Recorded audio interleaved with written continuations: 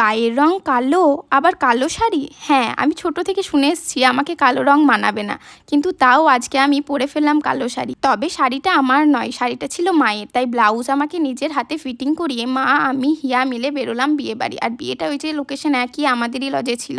তো এদিকে হিয়া রানী একটা বেশ এগুলোকে দেখে মানে আমি ভাবলাম খুশি হবে, তার বদলে কিনাও পাপার কোলে ভয় খাচ্ছিল।